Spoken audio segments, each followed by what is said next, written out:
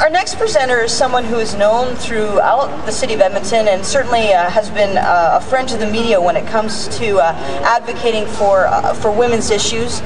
Quinn. Kate Quinn and social equality and justice for women, of course with a special focus on vulnerable women and sexual exploitation.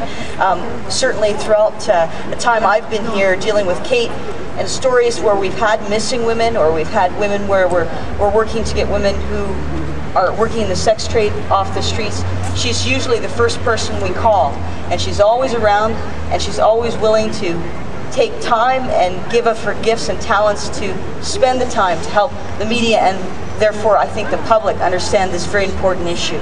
Now, she's the executive director of CEASE, the Center to End All Sexual Exploitation, and I'd like for her to offer her thoughts on this Daughter's Day. Kate?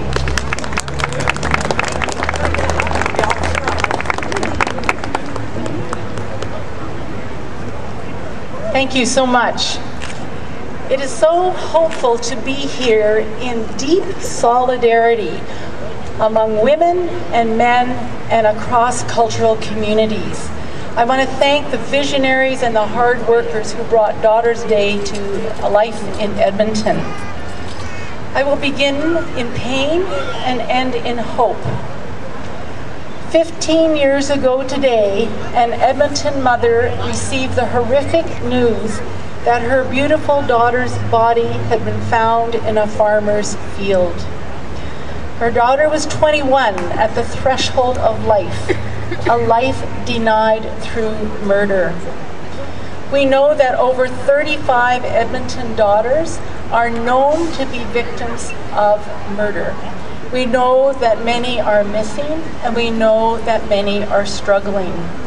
To all the families whose daughters are among the murdered, missing, and exploited women in our community, we express our sorrow and our solidarity.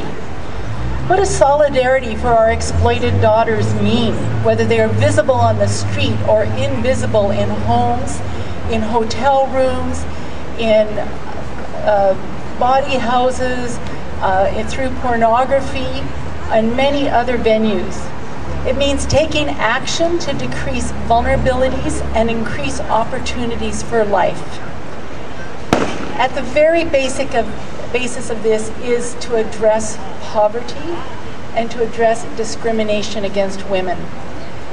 Because of the long program, I won't take time to detail everything I would like to see happen in Edmonton.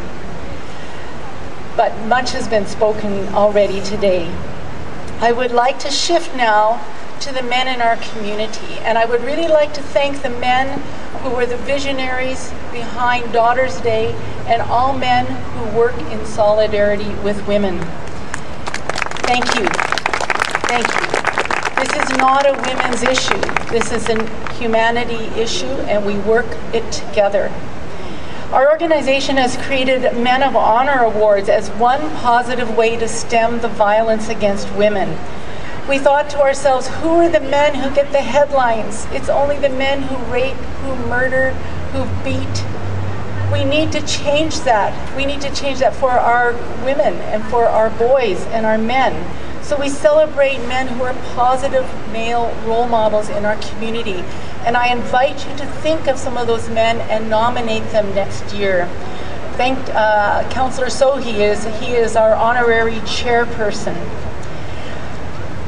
I am the mother of sons, David and Brendan, and I'm married to an honorable man, John. How do we shape this human community? I'd like to give you some good news. It's a recent report from the Alberta Council of Women's Shelters, and it gives us hope and encouragement of what we need to go forward with actions of solidarity. They did a survey, and of the men interviewed, we can say that attitudes are changing from where they were 5 years ago, and therein lies some hope. 95% of those interviewed feel that violence against women and girls is a concern to them. That is good.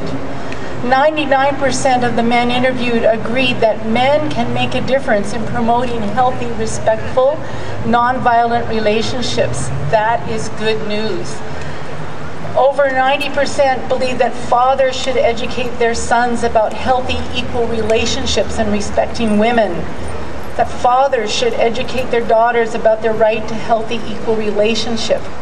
That men and boys should speak out against violence against women. And they should be involved in education and awareness. That male political leaders, faith leaders, executive directors, and celebrities should speak out. That athletes, male athletes, should speak out.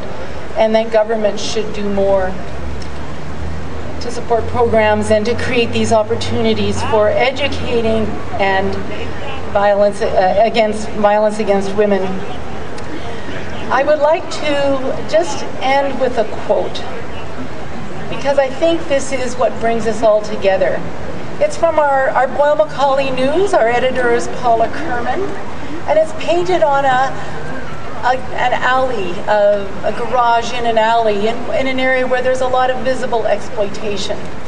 It says, "Solidarity does not assume our struggles or pain are the same, or that our hope is for the same future. Solidarity involves commitment, work, and recognition that even if we do not have the same feelings, lives, or bodies, we do live on common ground." It is good and worthy to spend this time with you here today in this public space, and to claim this public space and all our public policies and our visions for the future to be ones of solidarity. And so, to close, I say, let us go forward in solidarity and look to wherever we can and whatever power and space we have in our personal lives and our public lives to create a community of hope in Edmonton. Thank you.